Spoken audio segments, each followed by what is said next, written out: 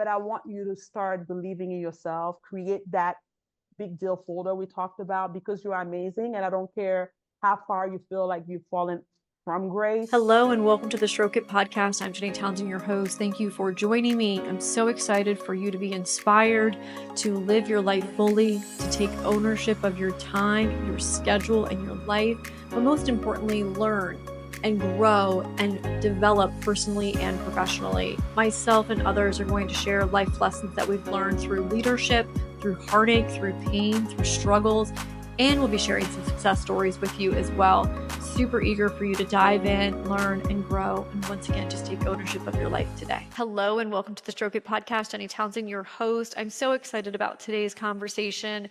I have an amazing woman joining us today. She's a 7-figure success coach, author, and speaker who has helped over 1,000 women turn their expertise into thriving coaching businesses. I was on her website earlier.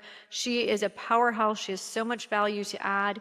If you are an entrepreneur, or if you are a woman in business, if you're looking to turn your life into amazing success, she even has a platform called Rockstar Coaching, which of course, as a music school owner, I absolutely loved. Please welcome Sandra Kamayo to my podcast.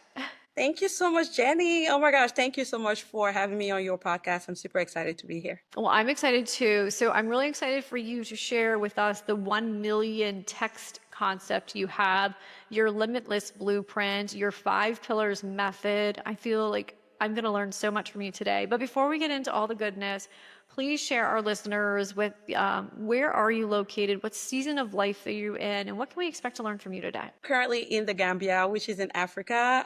The water is right across. And this season of my life is I want it all, but I want it with alignment, joy, and peace. I feel like the first 7 years of my business, I was trying to prove a point, which was like, oh, I can make this happen. I can do it. I'm going to make it.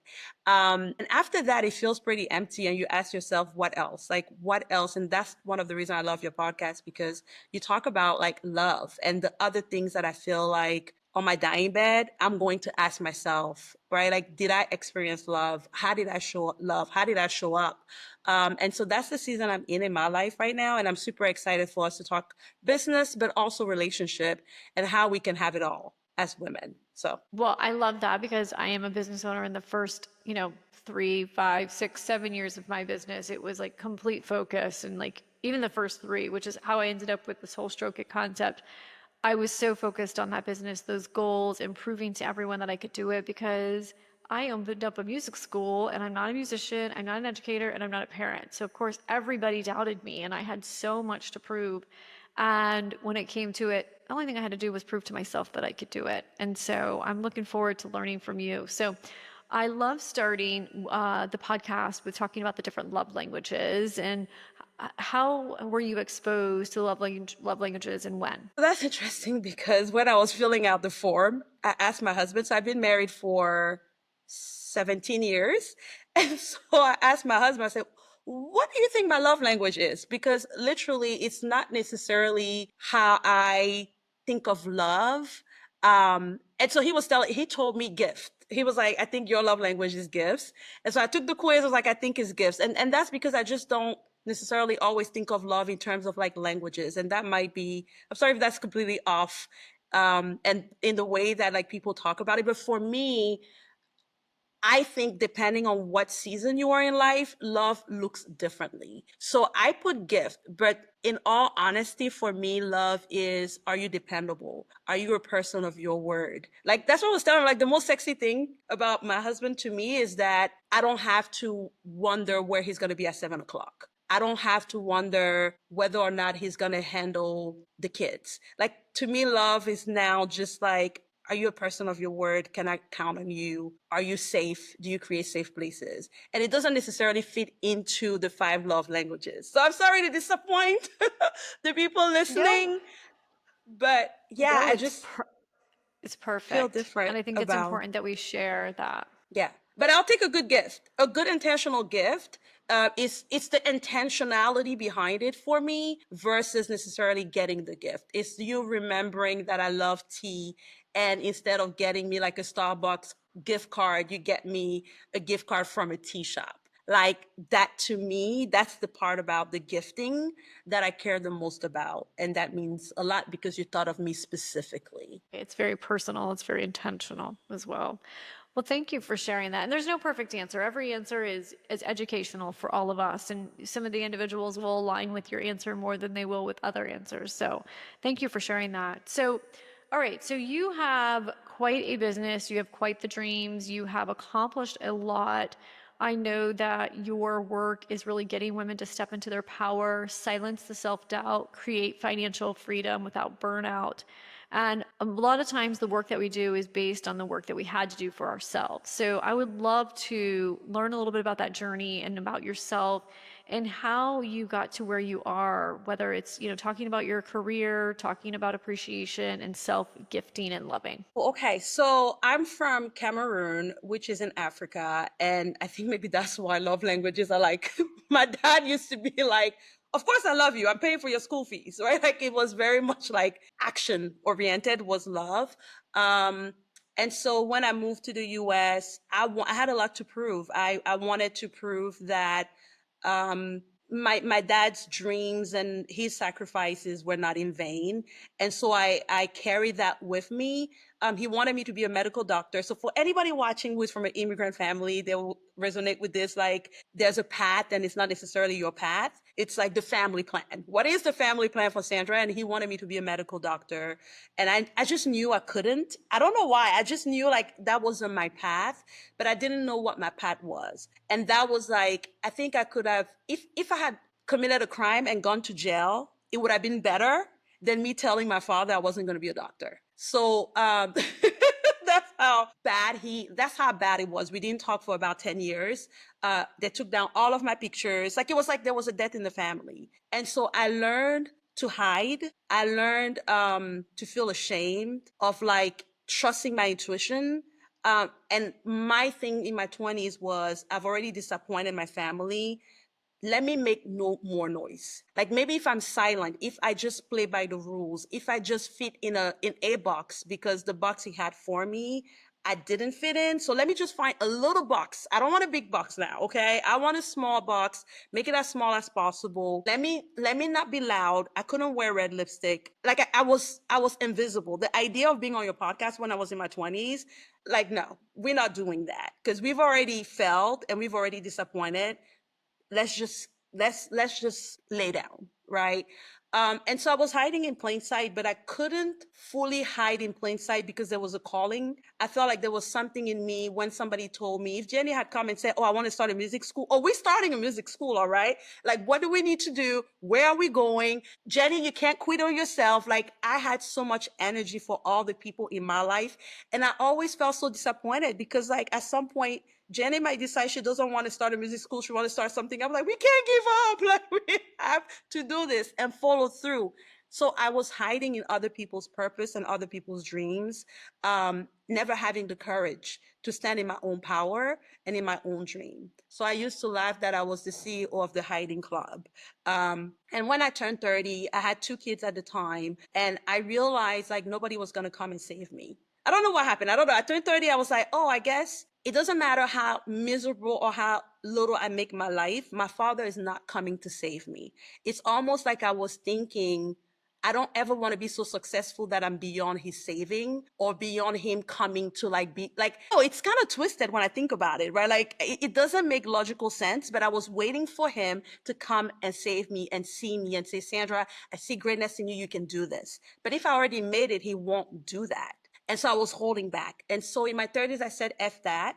I'm going to see what it can potentially look like if I decide to stop hiding in plain sight and stand in my power. I'm going to believe in myself. I'm going to stop waiting for other people to see something in me. I'm going to try and see something in myself. I'm going to be loud.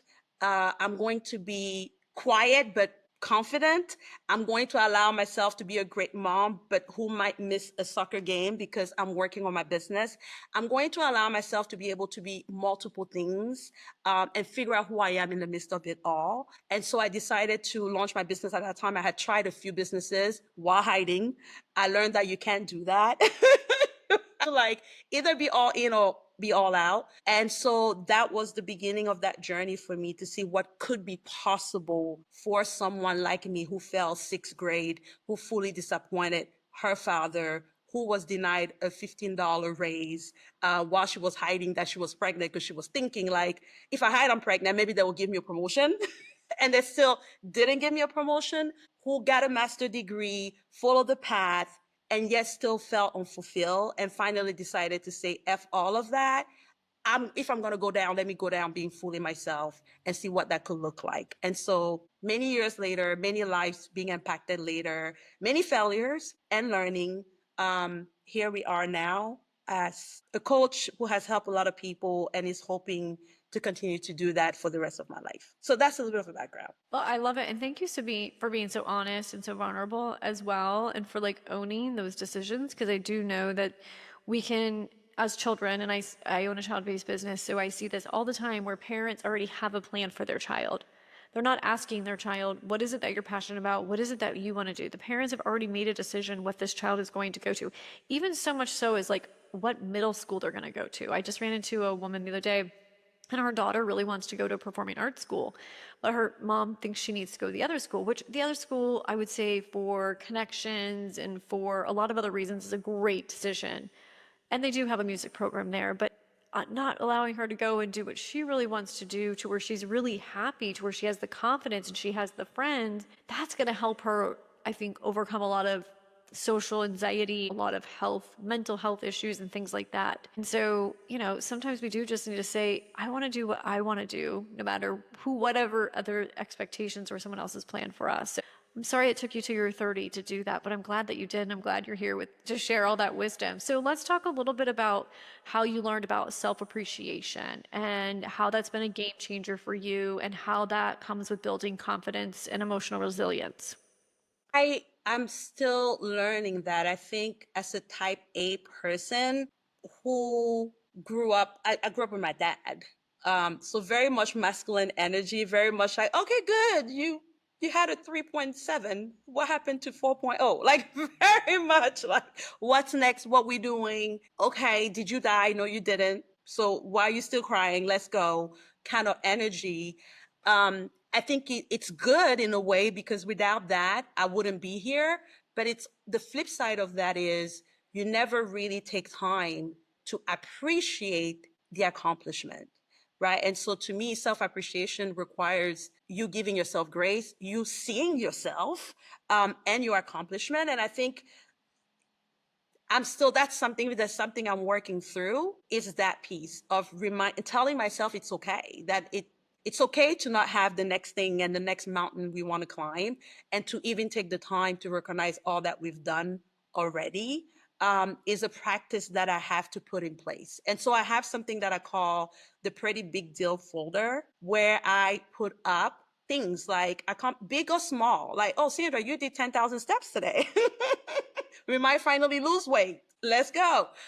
Two, oh, wow, your client just made $300,000 in 18 months. Like, you did that. A reminder, because I'm so like always what's next, that if I don't have that and I don't make that a conscious effort, then I don't get the fuel I need, because I think that's what that does too. I don't get the fuel I need to continue going.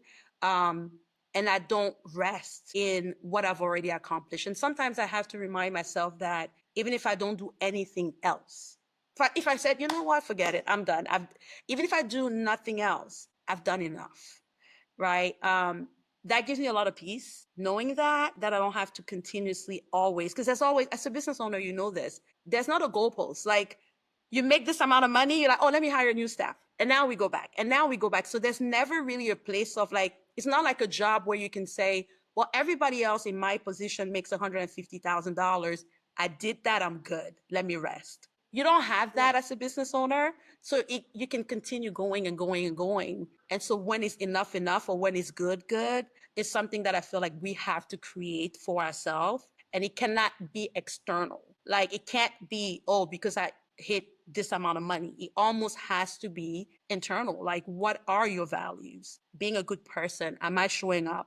Do I have alignment? Am I resting? Like, you almost have to create those benchmarks, or I've had for myself, had to create the benchmark for myself that I can look at and say, okay, I've done this, I'm doing well, or I need to work on this or that or the other. Yeah, 100%. So I love that you talked about like grace. That was my word last year for the year. Mm, And well, I started off actually with accountability because I was like, we need to hit some milestones. And obviously I was like publishing my book and I was like, I get these podcasts and I was like, I need my team doing all these things. And then I went to like the CEO talk and that guy was like, that's the worst word you could possibly have. No one wants to work for someone that wants to hold them accountable the whole time. And I was like, oh. So then I picked the word grace because I was like, you know what? I just need to have some grace. I just need to be yes. content. And I really was content through that year. Like, hey, it is what it is. Like, things are going to be this way. People don't want to learn. They don't want to read the books. They don't want to do the podcast. And like, I went complete opposite. So there was a part of me that was completely content where I was finally fulfilled and I wasn't like pushing everybody and I wasn't pushing myself. But then at the end of the day, there was no accountability. And Mm, things just plummeted in a lot of different ways within my company. So now here I am, another year later, I'm having to rebuild because I wasn't holding people accountable because I had too much mm, grace. But I will say personally, I allowed a lot of grace for myself, and that was refreshing. And I felt content and I was able to rest and I was able to chill out a little bit and take a little bit better care of myself for the first time. So I I love love that you that for said all of that. you. Jenny, I love that for you. A book that has been very helpful because I've had that. But I realize now that that was burnout for me. There was the point where I was like, yep, Grace, I don't care. I'm just gonna, and the business went almost on maintenance mode. We didn't grow. I was happy, but we didn't grow. Looking back, I realized, oh no, that was burnout. That wasn't, that was actual burnout. But there's a book that I read at the beginning of this year called Buy Back Your Time. I don't know if you've read it. It's a game changer. So I haven't read the book, but Okay. my one of my VA teams called Better Than Rich, they have that book, Buy Back Your Time, and that's been a really good game changer for all of them. And that's I think they give us all that book so that we understand the value of hiring the VA team as well. Yes. Yes. So I have heard of it. I have not read that book yet. Game changer. Game changer because I don't know if it's the way he sees it, but he really allows you to have both. We're going to hit our goals and we're going to make them crazy and wild and 10x and all that, but we are also going to plan for fun and grace and so that you have no guilt. I was thinking about it yesterday. We talk about mom guilt, but we don't talk about work guilt. I think as business owners, at least for myself, I feel like I'm always working. Like, and I wear it almost like it's a badge of honor. Like, like when parents say, oh, I'm always with my kids. Oh, I take no break from my kids. That's kind of how I also feel about my business. When people are like, oh, so do you ever take time? No, what is time off? Like, no. Even if I'm not on my computer, I'm thinking about my business all the time. And the book was the first time that I realized, well, that's because you don't really have it planned out properly. The way this should work is that you should be able to have sacred time and for every part of your life. So sacred time, that's your business time. And so you have no guilt because you have scheduled time with your family, time with your friends. Like everything is so scheduled that there's no reason to feel guilty or to be with your kids and on your phone working, right? And so it allows you to really plan out everything and map it out. It's been game changing for me and has really brought balance in my life. So definitely I recommend checking it out. Yeah. Are you looking to enhance your relationship with yourself? If so, get the Stroke It Guide. My book is available on Amazon and on my website. Not only is my book going to help you with your personal journey with yourself, but it's also going to help you with the relationships of other stakeholders in your life. For instance, your spouse or partner, your employer, your employees, your friends, or your family members. And of course, because the title, there is a chapter for your pleasure, which is the last one, in the bedroom. The book offers lots of great tools and resources. There's a lot of great downloads, and it features many of my podcast guests, and they have thousands of downloads and resources that are worth a lot of money. So you're going to want to get my book today. You can buy that on Amazon or on my website, and you can change and take ownership of your life today with one simple click.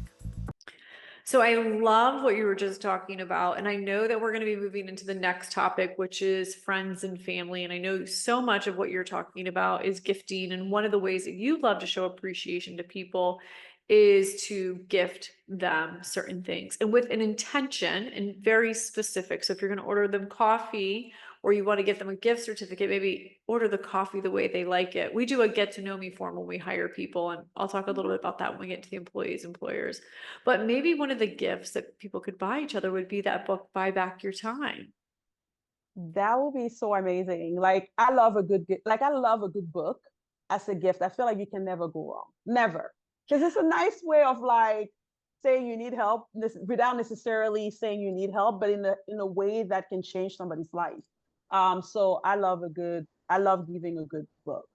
Absolutely. Yes. So what's interesting is, so the guy that introduced me to that book, Buy Back Your Time, sent me a book called Giftology.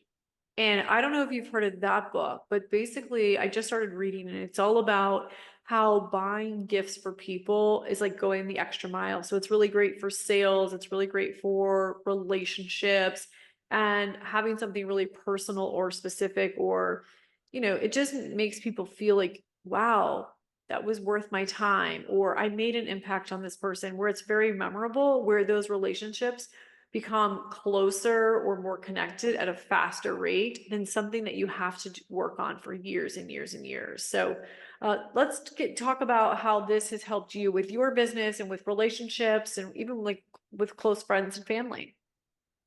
I love a good gift. So I just read a book called Unreasonable Hospitality this year, which talks about what you're saying around not just giving it. If you're gonna give a gift that is so memorable that people will take with them everywhere they travel. Like if they're moving from house to house or across state, like they will be like, oh no, I'm taking this because Jenny gave it to me. And so how do we make it memorable? I love giving gifts, but I also like gifts that are attached to an experience.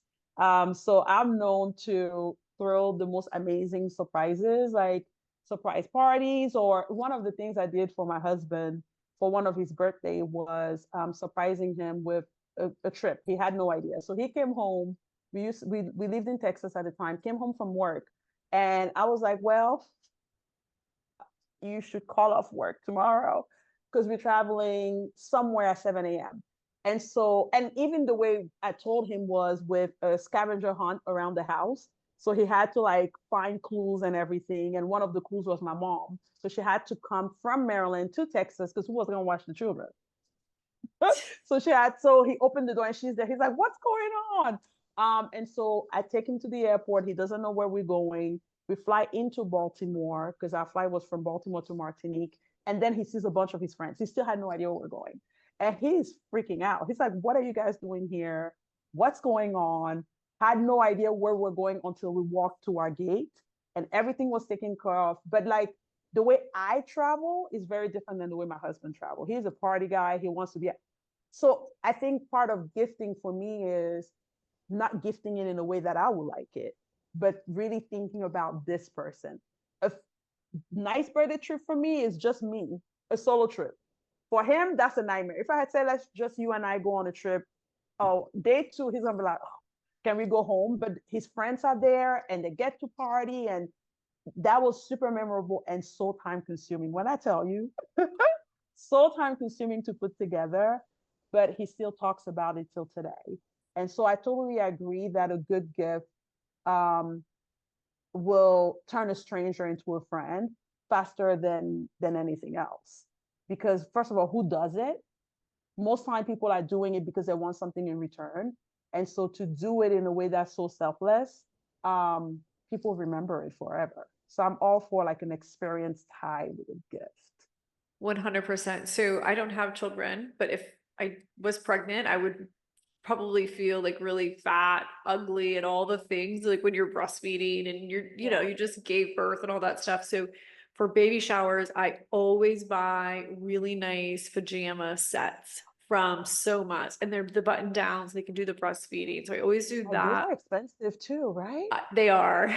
But let me tell you, every single person that I buy them for, like, they will text me years, like, I'm still wearing those pajamas. That was like one of the best gifts, because so many times at baby showers, you're gifting for the baby, but no one really takes care of the mother and how she's going to feel. So I do that. I pair it with a beautiful candle, And then, of course, I buy some books for the baby, and typically they're music wow. related as well. So that's something that I have found has been really, really beneficial for the mommies to be. So if anybody wants to take that idea and run with it, feel free. Speaking of Can the we be friends, Jenny? Because I mean, I'm not planning to have any more babies, but if those are the type of gifts you give, yeah, it's very high quality. At least I try. And then something really else good. that you just sparked my memory on is I don't know if you've ever heard about the mystery trips. Oh no. So there's this thing. So my husband and I, we can never really agree on where to go, what to eat. Like even tonight, we're like trying to figure out where we're going to go to dinner after this thing. And of course, he wants Italian, I want Mexican. So it's really hard for us to plan a vacation that we're both serve both of us. So there's a company, and I don't know what it's called, but it's based out of the Northeast of the US, and it's mystery trips. And essentially what you do is you put in your profile of when you want to go, like a time frame, what kind of activities you like, what kind of food you like, and they literally plan everything for you, and you don't find out what you're doing until 48 hours prior. Not even where you're going. You No, get you to don't pick find the. out anything until 48 hours prior. So, anyways, mystery trips, if you're wanting to surprise someone and or yourself. And then you're not to blame, right? Like it's one of because you're like, well, they did it. Like if it's a mess, you're like, well, versus blaming each other. So I like Right. that. Yeah, that's good. Exactly. So, how has this gifting helped and benefited the relationships that you have today? Hmm, that's a good question. That's a good question. I'm like, should we call the people and ask? I mean, I would say that I have really good. I'm not one who has 1,000 friends. That's my husband. But I have a really close circle of friends, and our relationships are deep. And I also believe in, and that's the thing for me with love languages, is actually because I've heard people in relationships say, well, that's my love language. That's how I show my love. It's and so that's how I do. And I'm like, well, that's not how I feel. I feel like if Jenny likes quality time, although I don't care for it, maybe because that's her love language, I'm Mhm. gonna do it for her. So I think one of my superpower, I think, but we'll have to pull my friends. They might watch this and be like, what is she talking about? But I feel like one of my superpower when it comes to gifting or just love and relationship is meeting my friends where they are and like understanding what they're like and then fitting into that so that they can feel. Because to me, what's the point? What's the point of doing stuff if the person is not going to receive it? If they can't feel it, if to them that's not love or that's not a gift, like my husband buying me a vacuum, who are you buying this vacuum for? That is not a gift, right? So I think it's also even holding space for your friends as they evolve, because people change and allowing that to be true for other people as it is true for you has helped me have really long, like my one of my longest friendship is my best friend. We met, we were 8 years old. So that I'm not gonna tell my age, but it's been a long time. And we've evolved and changed, and still I know like I can just call her and she'll be there for me. So it has really helped. Like I would say gifting, but just being loving. Right. Um, as a whole has really been beneficial for me with my Right. friendship. And you had indicated too that you send a lot of motivational cards and books and things like that. And I do the same thing. I have a goal of 3 cards per month, whether it's a happy birthday, a thank you, or words of encouragement. And at the dollar store, they actually sell these postcards that have all of these phrases on them as well. And it's a nice surprise when people get them. So tell me what you're sending and how you're going about it. So I'm doing a lot more, and I think that's the next part, but like more of that with my clients than necessarily friends. But what I've been doing lately, so talking about, I have a friend who just had a baby. And so what I did for her was a massage. So you can actually send, because you just had a baby, you don't want to go to a massage place, like literally you're still bleeding, TMI, but like you don't want to go around. So the massage person came to her house and gave her a 90 minutes massage. So at least she feels like, oh, I'm still around for my baby, but I'm getting this time for myself. So things like that, I love, but I'm always looking, to your point, how do I personalize something? How do I make sure there's a card, or even, so an example of a card that I just sent one of my, but this is a client. This one is a client, but she wasn't feeling so good. So I sent flowers to her. She's in Canada. I sent her a bouquet, but anybody can send you a bouquet. But one of the things that we've talked a lot about in our coaching is our love for Scandal, the show, and Olivia Pope. And so I made reference to that, right? Saying, hey, I don't know if anybody watches Scandal.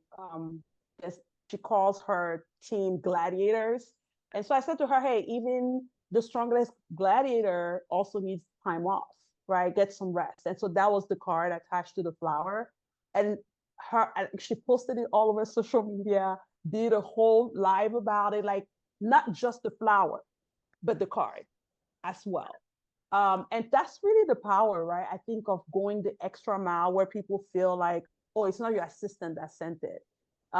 You actually thought about it, and you thought of, and you see me and you hold space for me, whether that's in personal relationship, but I think even in business relationship, even more, because that expectation is not there. This is business, right? Like that's what we say all the time. This is not personal, it's business. And gifting allows you to say, well, it's deeper than business to me. You're not just a dollar sign. And I think when you're able to do that, you can never be out of business. Like people will refer you, people will forgive you for almost anything because you bought me flowers. They're like, she must be a good person, so something must be going on, so leave her alone, kind of thing. And you're building community and you're building love, and you get that back. So I know I talked about friends, but also well, what's interesting is, so I want to talk about what you're talking about, and then I want to segue into the employee employer and the impact of that. So typically my go-to send thing is edible arrangements. So kind of like flowers, but they get to eat. And typically if we've had someone that's lost a family member or going through a challenge, I'll always send them the edible arrangements, which is always super nice. And it's very unexpected because a lot of people, as popular as that company is, not a lot of people have had edible arrangements before. So that's a good point, because I've sent it, but I've never received it. Yeah, same. I've never had an edible arrangement sent to me, but I send them all the time. So it's very unexpected and fun. And, sometimes in that mindset, a lot of time of need, people are sending food. So it's just a nice, really refreshing, uplifting food that you can send. So, okay, so let's talk a little bit about taking care of your employer, your employee, showing up and, doing the best that you can, and the importance of having a really great leader and having that mentor, and how they can provide a lot of insight, coaching, and guidance that will help you long term. No, that's true. So when I was an employee, I didn't get gifts. Let me just say that, okay? But as an employer now who has a team of almost 18 women, and it's women only, I have made it a point to make sure that they understand that they are not just a number to me, right?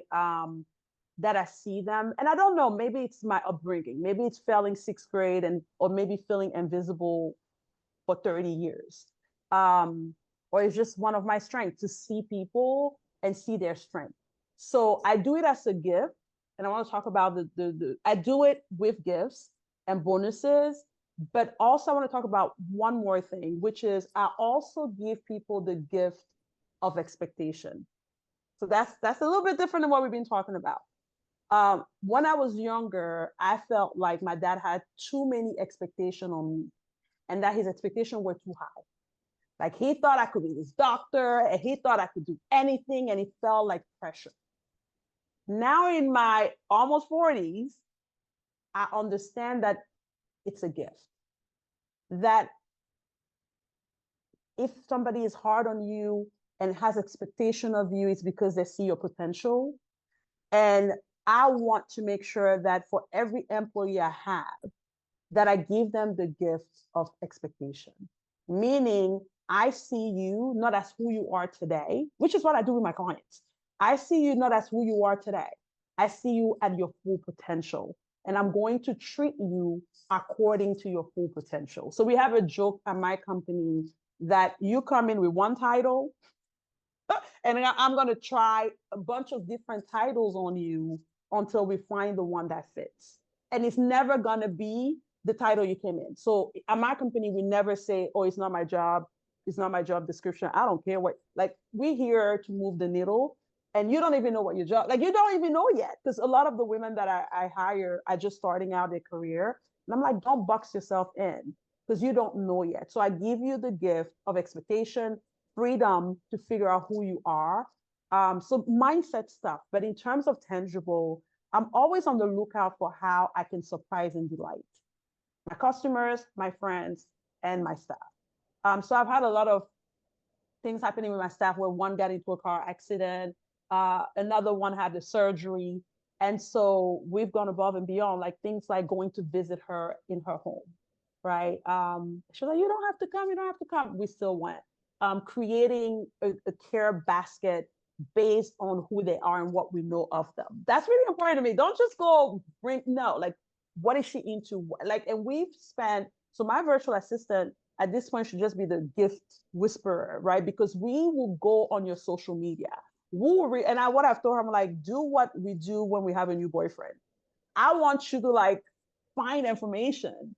And so we don't just like give you a gift. We want to give you something that you want to show off to your friends. So we've unfortunately, I've had to do that a lot in the past month.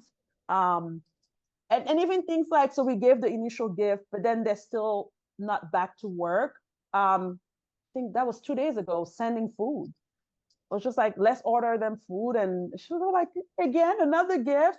But that's what I want. I want to spoil you with love. And not only because it gives loyalty, right? The people feel loyal to you, but because I really believe that you are dropping seeds. You know, when you are giving these gifts, you're gonna get it back, not maybe from that person, but in so many other ways. And so that's how I look at that. When I'm giving these gifts, it's not, oh, I want you to stay working with me, so let me manipulate the situation. But I see you and I see that you're in time of need, and I want to make sure that on your dying bed, right? When you think of your job, if you think of a job, that you at least think of us fondly and you don't doubt that we cared about you as a person, not just as an employee, and what can we get out of that relationship. I absolutely love that. Thank you for sharing that. And I think that we could all learn from you in that moment and take your expertise and really implement it into our daily lives. I love the fact that you were talking about the expectations. And for me, I have really high expectations because I have high belief in people. And I feel like everybody can have the same life. They can, work a certain way and they can have the dream house, the dream vacations. And sometimes I'm finding that a lot of the employees have limiting beliefs. And where I'm wanting to encourage them and get them to go to those directions, they don't really want it at times, where it's like, I don't need that. I don't want that. And I'm like, oh, but you don't want that? Like, and I had one of them say, we don't care to be like you. And I'm like, I don't want you to be like me. I just want you to have the option to travel and do the things that I'm doing. And I truly believe in you. What would you say for employees that are maybe having those limiting beliefs, or for the business owners that, I have these expectations of them because I believe in them and their potential, kind of like your dad had in you. Yeah. But if the employees aren't there, I don't know, I guess talk to the employees and then talk to people like me of like how to bridge this gap and get everybody.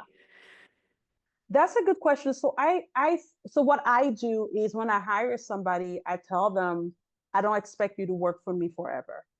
I don't actually necessarily want you to work for me forever, because that means something went wrong. Because I don't think that when you were a kid, you dreamed up that, oh, my dream is to be Sandra's assistant for the next 40 years. I don't think that's anybody's dream. So you have dreams of your own. I want to know, what are they? What is it? What is your dream life? Not my dream life for you, but what is your dream life? And there's nothing small, there's nothing big, like it's whatever. If it's to be a mom, great. Let me start thinking about how I can make that happen. how can I support that? So if your dream is to be a mom and be with your babies, then there you go. That I'm able, when I'm telling you like, hey, you should learn Riverside because that's the direction of the company. I can say to you, because when you know these skills, when you're no longer working with me, you now have these skills that allow you to be home with your babies and still make some money, right? So I ask them for their dreams and what they are, big or small. I keep that in the back of my mind. So I had a staff who said she wanted to open her own restaurant. So once a month we do a employee of the month thing. She catered them. I was like, you want to start? Okay, well, let's see if you can even cook. Right? Like, go ahead and I'll pay you instead of bringing another caterer. I have another staff who dreams of being a fashion designer. Okay, she's sewing.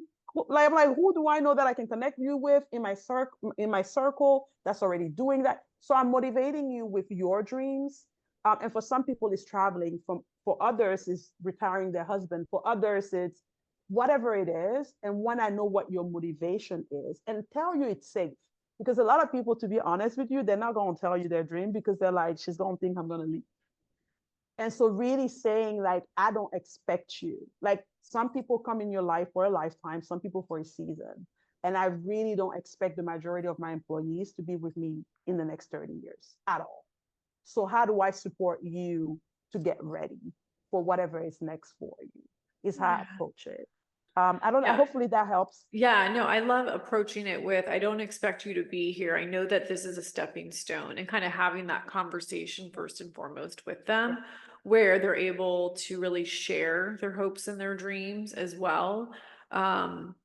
We did an exercise at the beginning of this year with our team is, what is your word for the year and what is your why? Like, I want to know why you're coming to work. Like, what is the funds that you're working for going to do for you? Yeah. And, some of them it's to buy investment properties, start a side hustle, buy a new car and all those things. So we're kind of leaning into what you're talking about right now. So it's interesting to see, but at the end of the day, it's like on the whiteboard. So now we're kind of holding each other accountable and kind of helping each other accomplish those goals. So by the end of the year, they can check that off and say, yeah, I was able to do that, which is super powerful. You had mentioned something about people changing seats and titles and all of that as well. And, I think that's a really great point too, is seeing what seats they need to be in. A lot of times we hire people for a role, but it's just once they get in, that's really not the right role, or we can see a different direction in there. So I think being fluid and flexible with the team and them knowing that you are going to potentially do that for the greater good of themselves or for that employee, that's really powerful too. Yes, there's a quote from Unreasonable Hospitality where he talks about, because he's in the restaurant business and basically took this restaurant and won top, like a number one position, best restaurants in the world. And so he writes about the journey, how he went from just be a kid in college to taking this restaurant in New York and making it the best. And he did that by being unreasonable when it came to hospitality. He said during his staff meeting, he told his team, I will never put you, I can make you the promise that I will never put you first. I will always put the restaurant, the business first. And by doing that, I'm putting you first. And so I say that to all of my employees, that is really not about you. I'm going to move what I need to move because without the business, there's no you. Right. And so I get to put the business above the position title that I brought you into. I got to put it above your feelings sometimes, above petty things, above all the things, above even stability and what we put on that vision board and our goals in January. Because in January was one thing. I mean, think about businesses January before COVID. We had a whole set of, and then COVID happened. So I'm not going to stay attached to what I told you on January 1st so that I can look like a CEO that can predict the future. No, I'm going to be adaptable. We're going to change because that's the only way to survive in business is if we are able to pivot. But I think also the people understanding, because not everybody is agile in that way, which is why I only hire now people that are agile, because that's really hard to change. Like to adopt that kind of agile mentality is difficult to change if you don't have it. But I tell my people, just trust that I'm doing what's good for the business. It's not to piss you off. It's not to make your job harder.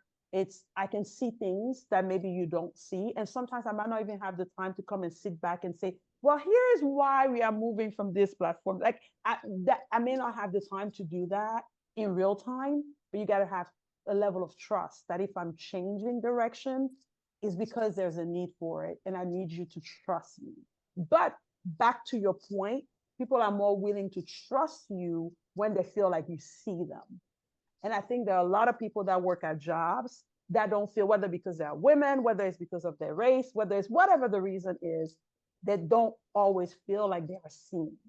And to your point, one of the ways you make sure people feel seen is by giving these gifts, right? Remembering that it's their birthday, or remembering that it's their dog anniversary. I like, and it's like, my dog, like you knew I even had a dog and you know their anniversary.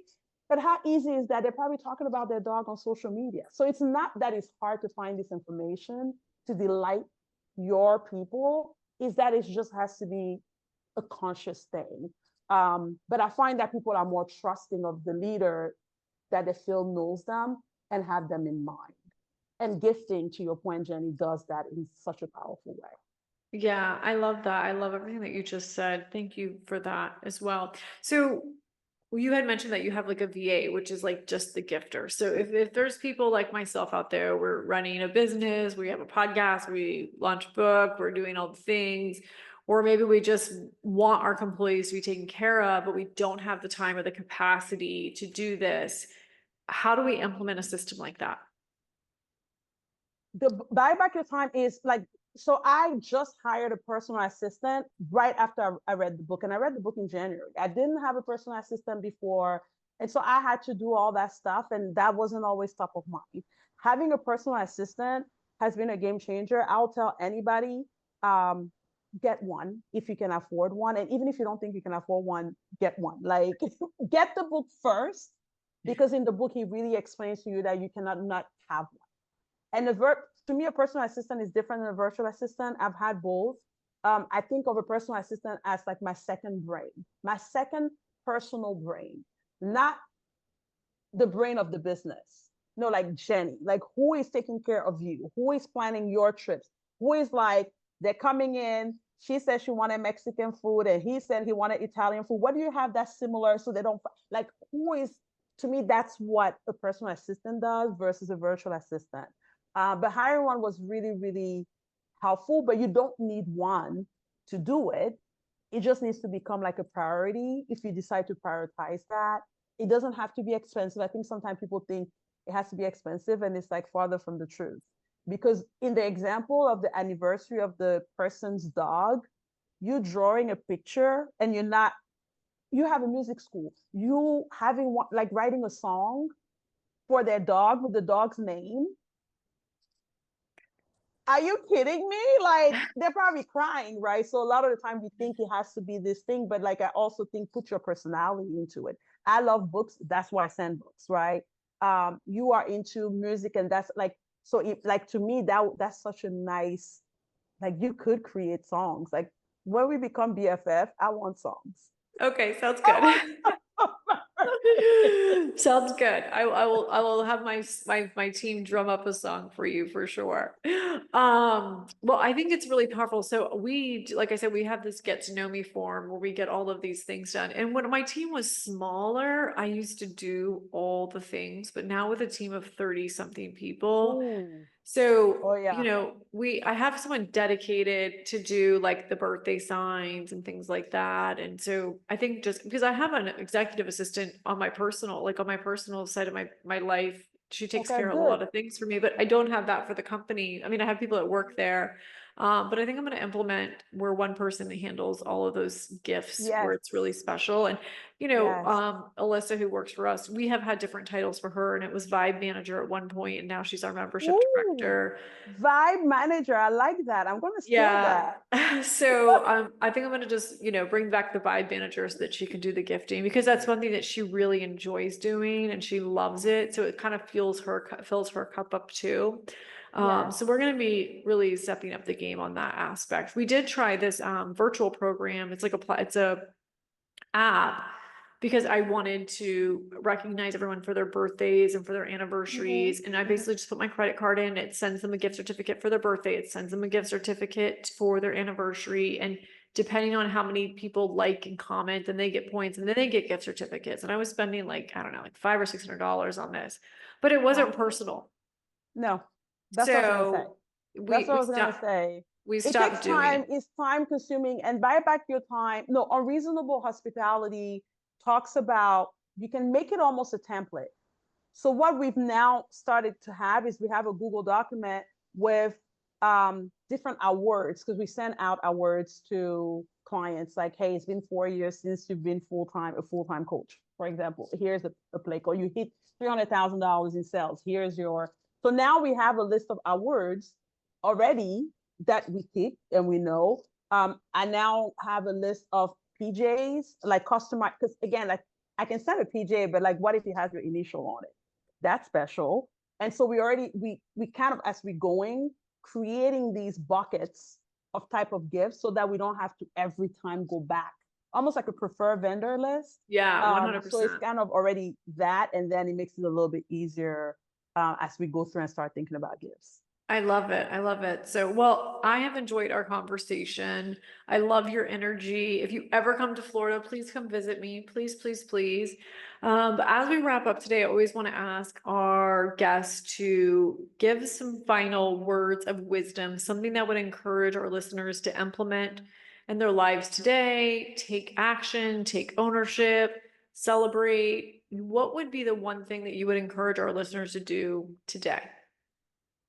So when I used to watch podcasts like this, and I was an avid podcast watcher, and I would watch Amazing Women, and I'm like, oh man, like maybe one day, I don't know if I can, and all those things. And I would tell stories to myself about like what makes them heroes.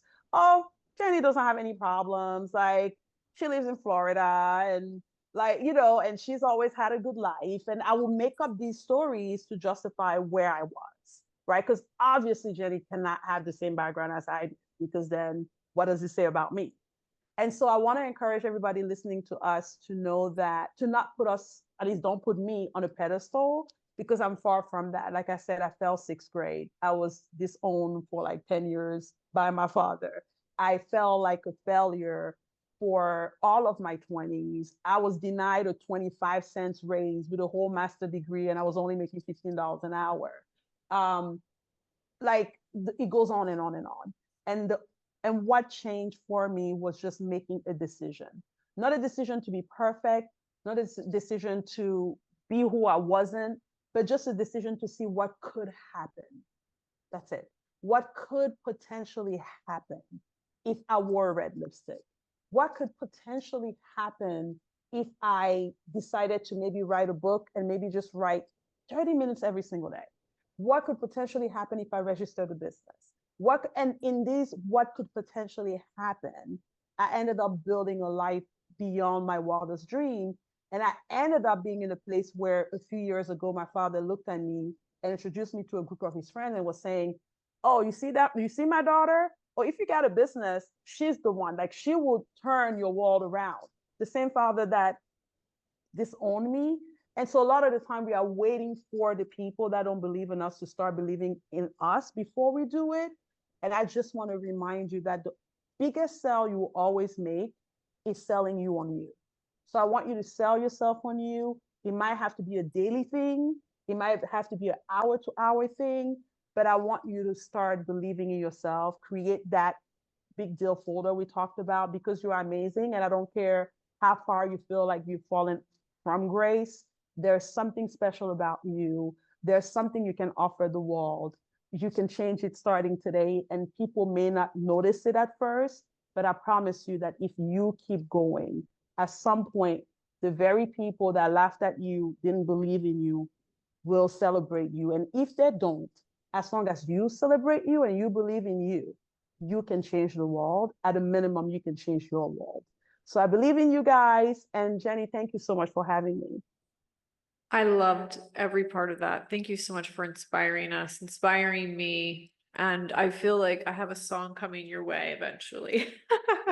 I'm gonna have Yes. to, yes. Well, and I want to share my song. I'm gonna send you a song. It kind of reminds me of like what you're talking about, and it's called New Day. And I wrote it when I took a songwriting class. The vocals are god awful because I'm not a singer, but the Me neither. message is absolutely amazing, and it just reminded me of you and like all the things that you're sharing with us today. And I'm just so grateful to have you on this podcast. So, once again, where you're amazing, but where can our listeners connect with you? You can find all information about me on my website. It's my first and last name.com. So that's sandrakamayo.com. We have a ton of resources. We have a free training for anybody who is thinking about becoming a coach. Turning all the free advice we've been giving people, you can get paid for it. And so if you're interested in even knowing what's all that about, how do you start? Where do you start? We have a free. Yeah, there's a free guide on her website that you can download as well, and she's got a variety of different programs. Like I said, you can become a rock star. She'll turn you into one. She also has a VIP day, which there's lots of different options when it comes to the VIP day with her. So I would say if you're a business owner or you are someone that's wanting to change your life, start believing in yourself, get on her calendar, because I feel like the future is so bright and it's just amazing. Just like you, Sandra. Thank you for joining me. Thank you so much, Jenny. Thank you. Thank you all for joining us. If you know 5 people that could benefit from today's podcast, I want to encourage you to text this to them right now. Cheers to you, and we'll see you on the next show. Thank you for tuning into the Stroke It podcast. I hope you were inspired. I hope you're willing and ready to take some action. I want to encourage you to consider 5 people that could benefit from today's podcast. Super simple to share this episode. You never know who could benefit from hearing this podcast and how you could inspire them to create the change in the life that they're wanting. Cheers, and thank you so much for tuning in. Also, consider giving a review.